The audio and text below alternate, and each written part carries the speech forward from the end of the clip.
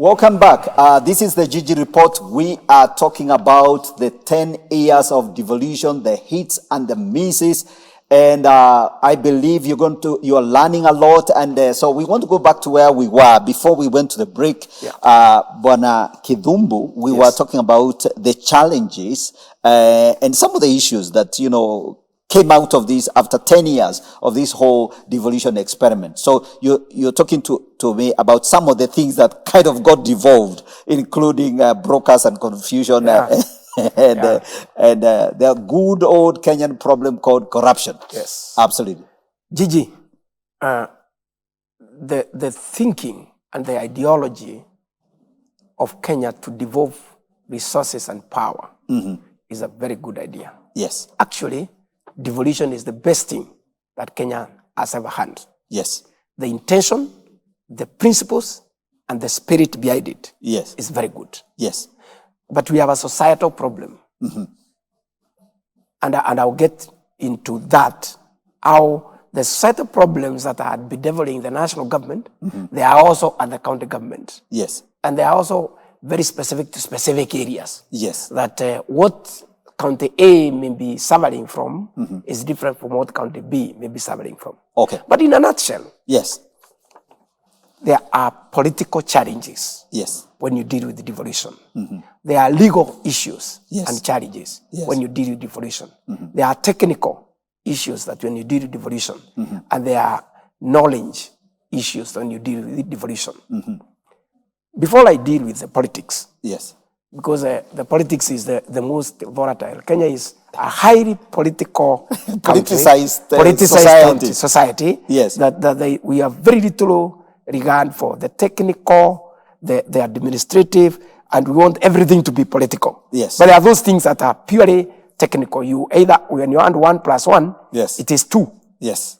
It doesn't become anything else depending on what political side you are on. All right. But in Kenya, things are interpreted depending on which political divide you belong to. Yeah, if the price of bunga comes from 210 to 100 shillings, we are not even looking at the actual monetary value. Yes. We are looking at why did that happen? Why? Yeah, and who did it? Sometimes it's not what is done. Sometimes it's not what is done. Sometimes it's who has done it. Yes. And that is the main challenge when you deal with county governments. Yes. From onset, yes, the first challenge was a legal problem. There were very many gaps, legal gaps, that posed serious challenges, especially the transiting into devolved units and entrenching county governments. Yes. So that a lot of time was not spent, and it should have been spent before that year, before 4th of March 2013. Yes. The previous government should have done a number of things. Of course, we know Transition Authority did quite a lot, yes, but it was not sufficient. Okay. Because we found ourselves that you are in a government, there were no offices, there was no organizational structure, there were no structures, there were no systems, there were no, Yes. And the understanding between players was a serious challenge. Everybody came to the game with their own rules. With their own understanding and their own interpretation of issues. Yes. And we spent quite a lot of time in the initial part of devolution about arguing about protocol, arguing about flags, arguing about who is more senior than who. Is it the governor? Is it the senator? Is it the MP? Who should speak before who? Yes. Who should be doing what? And who should not be doing what? Yes. A lot of the initial years were wasted around that. Okay. Then came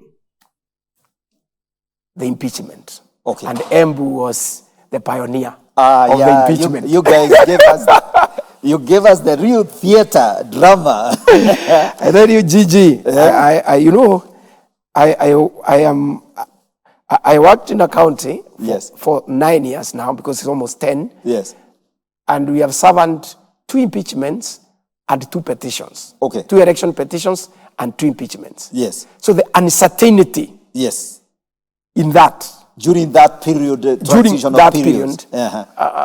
was not very good, because you don't know whether tomorrow you'll still be there. Yes. You don't know whether you're going for a by-election. You don't know whether you're being sent back to where you came from. So that uncertainty also contributed to the slow entrenchment and takeoff of devolution. So the first problem was a legal problem. Okay. A lot has been done in the National Assembly, in Senate, to try to bridge the gaps. Okay. And to amend the specific pieces of legislation to align those functions that are devolved. So that it is very clear, this is what the national government does, this is what the county government does, Yes. and this is what is shared. Yes. And even those functions that were shared, Yes. there was no legal framework of how do you execute the functions that are shared. Yes. So yes, there were all those challenges. Absolutely.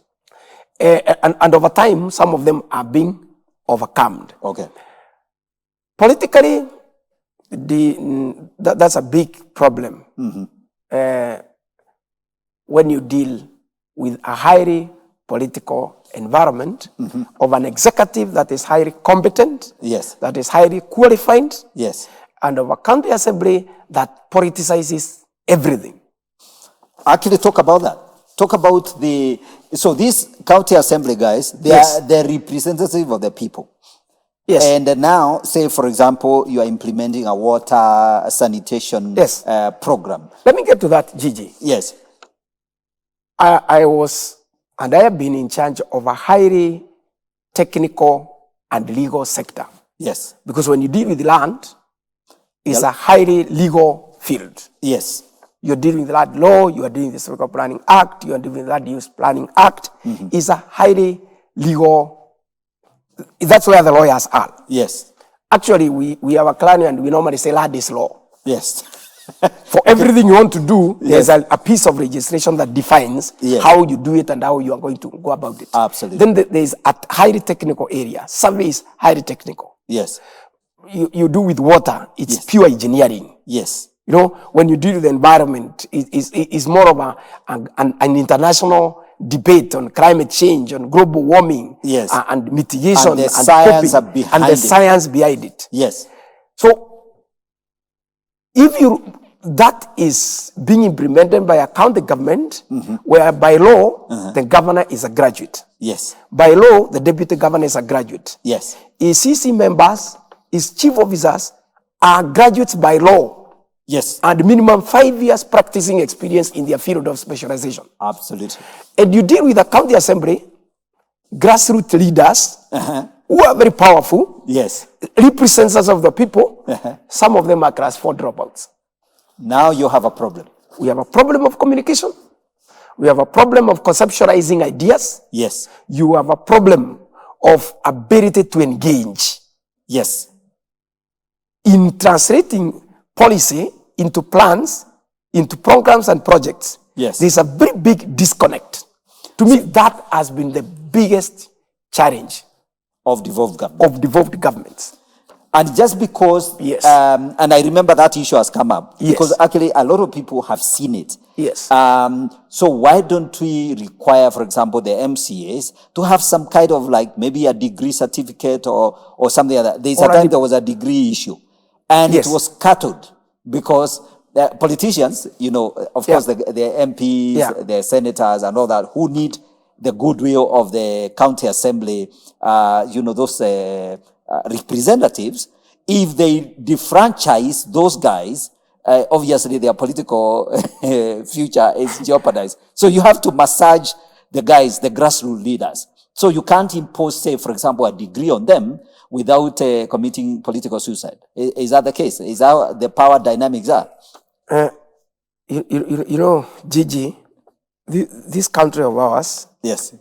we have to decide what we want. Okay. That's a big And statement. be bold enough Yes. to do the right thing, because we know what should be done. And I don't think people are bold enough to face the bull by the horn and decide this is what we want to do and this is how we want to do it. We may have so many ideas, Yes. but we must narrow down and decide as a people, Yes. as a county, Yes. and as a nation, Yes. this is what we want to do. This, in my simple understanding, this is how government works. Yes. You have the people, the sovereign people of a county Yes. or of a nation, or of the nation. Yes. We go to an election. Yes. People sell manifestos. They give promises. We will do this, elect me, I'll give this, I'll be able to do this, these are whatever. It is the expectation Yes. of anybody who has worked in a government to pick that manifesto and develop policies, priority areas. Yes. What are the policy direction of specific issues? Yes.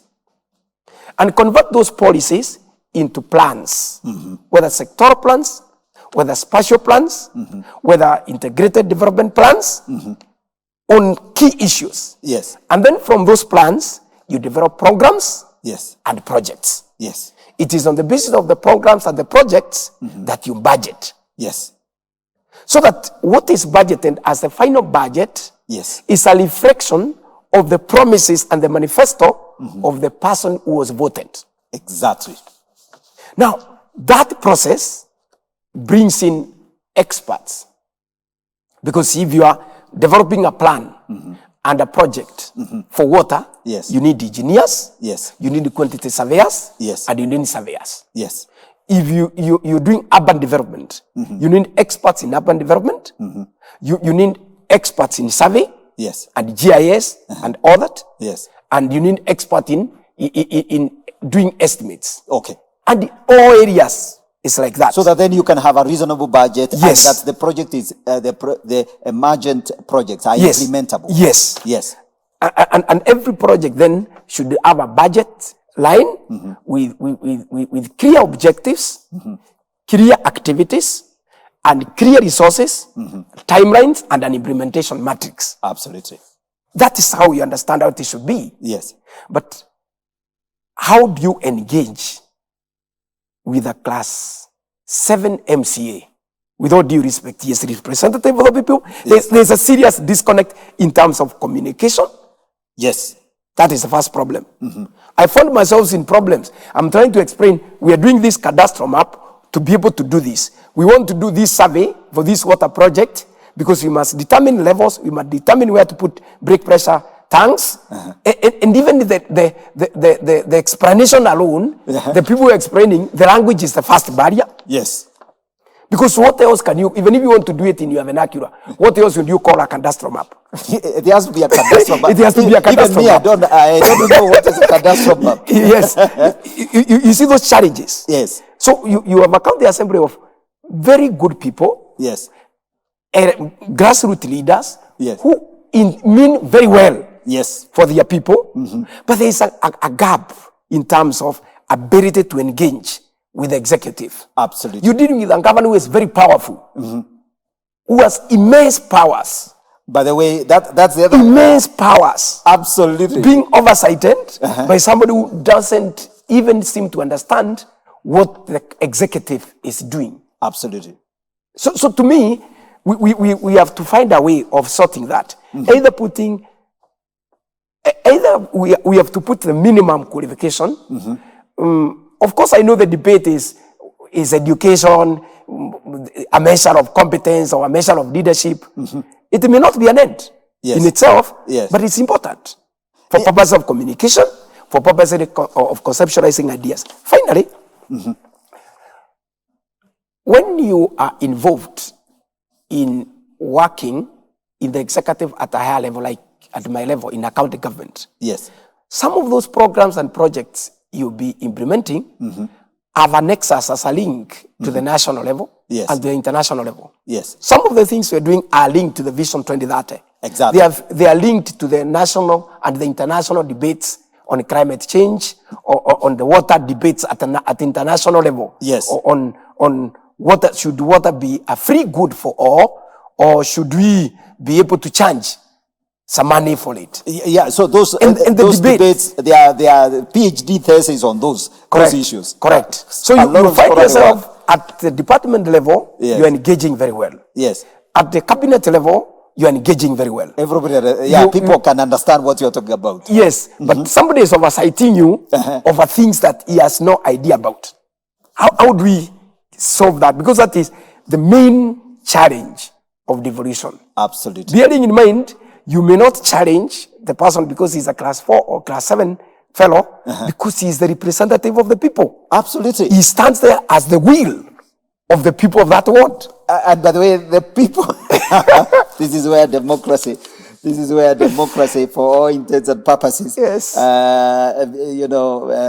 kind of like hits a snag. Yes. Because the very power you hold is given to you, delegated to you by the people. Yes. And there is a representative of the people here. Yes. So you had better be nice to him. Yes. Or her. Absolutely. And so you talked about the legislative, some of the legislative issues. The political. The political. When you deal with the technical. Yes.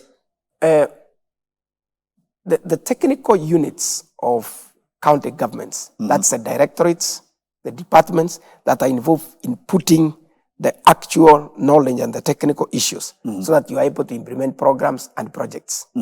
That is the most affected. Okay. Because, let me give an example, Gigi. You sit in a county assembly committee. Yes. Or even in the plenary. And the honorable members argue like this. Just buy pipes for us. We will put water for our people. We will mobilize the people. All right. The intention Yes. of the honorable member is a very good intention. Yes. But that is not how it works. Buy That pipes is not- buy pipes for us. Yes, they say I have put a budget. Yes. A budget line for you to buy pipes. Yes. But pipes is not water. Yes. There's much more that goes into that beyond the pipes. Yes. Beyond the excavation, which can be done by a local community. There's much more that goes into that. And the honorable member sees you as an inhibitor. This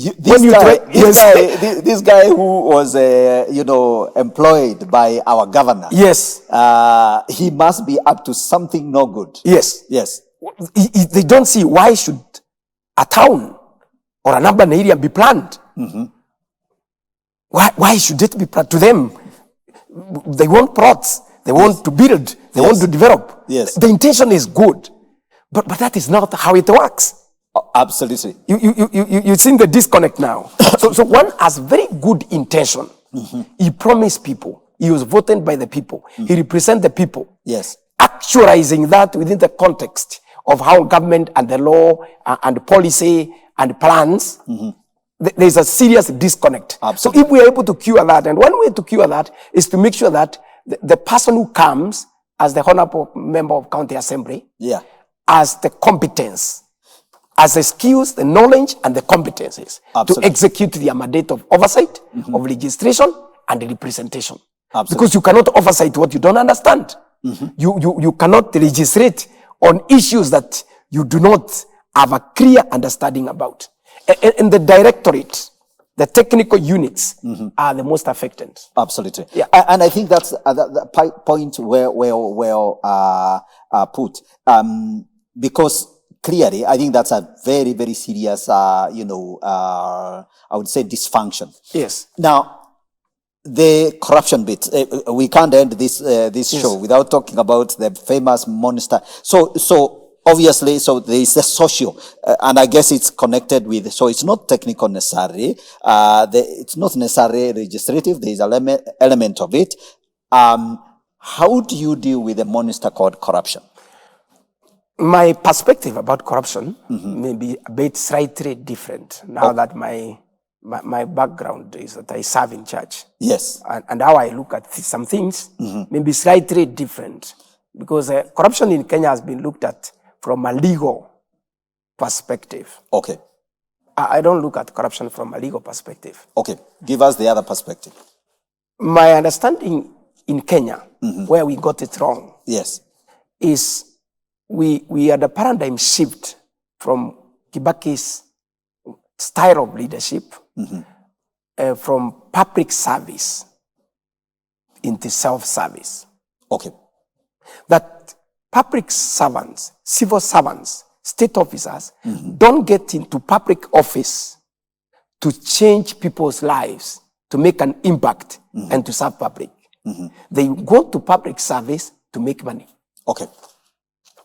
Until that is changed, that perception, that ideology is changed, that people must get into public service to serve public. It's called public service. So And you get to public service to serve. Yes. But people get into government, into public service to make money. Okay. So you see now, if you go to measure the success of this person, Yes. he will not be measured against how many people he is helping, how he is executing programs and projects, how he is doing monitoring, evaluation and implementation. He will be evaluated against how much money has he made for 5 years. The society expects you to make money. Actually, by the way, and if you don't make money, you are a fool. And if you don't help make people money, if you don't help people to make money, when you have power. And when you have power, and we sent you to that government, those offices. Yes. So first of all, it's okay if you can make some little bit of money for yourself, but also help us make money. That to me, that is where the problem is. So our corruption problem may be more ideological, cultural issue. Yes. Than a legal issue. Yes. Why are people so passionate spending hundreds of millions to seek for public office? Why are brokers, business people, investing too much to support people to get into office? So that once they're in office, they make money. Okay. So people are not getting into public office to serve public, to make an impact. And that is where I suffered most. Okay. Because when my boss called me, he asked me, can you come? And you help me, we help the people of Embu. Yes. So I am there, I'm looking at what should we do to make an impact? Yes. What is the fastest way? If you do principal component analysis out of all this, yes, what is the critical thing that we do that will make the greatest impact? Absolutely. But is that a thinking in government and among government officers and public officers? Public officers prioritize projects on the basis of where they will make money. Now, that is a serious indictment of our national, narrative. Yes. So we have programs, we have projects that are there not because they will make a very big impact in community and society, but because somebody perceived that he is going to make money. He makes more money by doing this than by doing this. Let me give an example. Yes. If you go to county governments, in agriculture, one of the most affected areas is extension services. Okay. Not many honorable members and many people emphasize that. Why? Because they don't make money there. They emphasize on roads, they emphasize on projects that are directly considered. There's very little capacity building. They say by the pipes. Yes. There is very little capacity building, training and capacity building. Okay. Which is very key in terms of, for purposes of delivery. So that you look at the prioritization of programs and projects is not necessarily anchored on where the impact will be more when you serve the people. Absolutely. It is on the basis of where do I make money. Bwana Josephat, we've talked about the challenges. Yes. How about the successes? Yeah. Gigi, regardless of the political, the legal, the technical, and the social challenges devolution have faced, devolution is not a failure. There are serious challenges. There's serious work that has been done by county governments. Like if I give an example of myself in Embu, I have been in charge, as I said, I've been in charge of lands, water, environment, and natural resources. Within 8 years, we've been able to increase water access from 34% to 63%. Wow. There were areas that people did not have clean domestic water. Okay. Now they have piped water. I've been able to have the first and the only integrated urban spatial development plan for Embu town. Okay. Gigi, if you have been to Embu before, there were challenges of drainage. Yes. We've already shortened the drainage within that period. We've been able to do the Amonda drainage. We've done bus park for Nyenjes, bus park for Ishara. Been able to increase forest cover because we've been engaged on a serious activity of planting trees and mobilizing people to plant trees. And we've increased forest cover from 9% to 12% within 8 years. Absolutely. And Embu is the first place in Kenya to implement something called output-based aid, and another one called aid on delivery. That is where World Bank gave us some funds to pay to run a project, and you pay for the money. But if you're able to meet certain outputs within certain deadlines, they give you a certain subsidy. Okay. And we've done all those things. We have increased sewerage in Embu town, and there's a lot that we've done within that period. Beyond the registration, beyond the pieces of law that we have done, beyond the policies that we have developed, there are tangible development that you can see that we have been able to do a modern sewage treatment plant. We've been able to do modern drainage. I've been able to do bus parks. I've been able to do parking areas. I've been able to do water programs and water projects in quite a number of areas. Absolutely. What else are we not talking about in this whole conversation?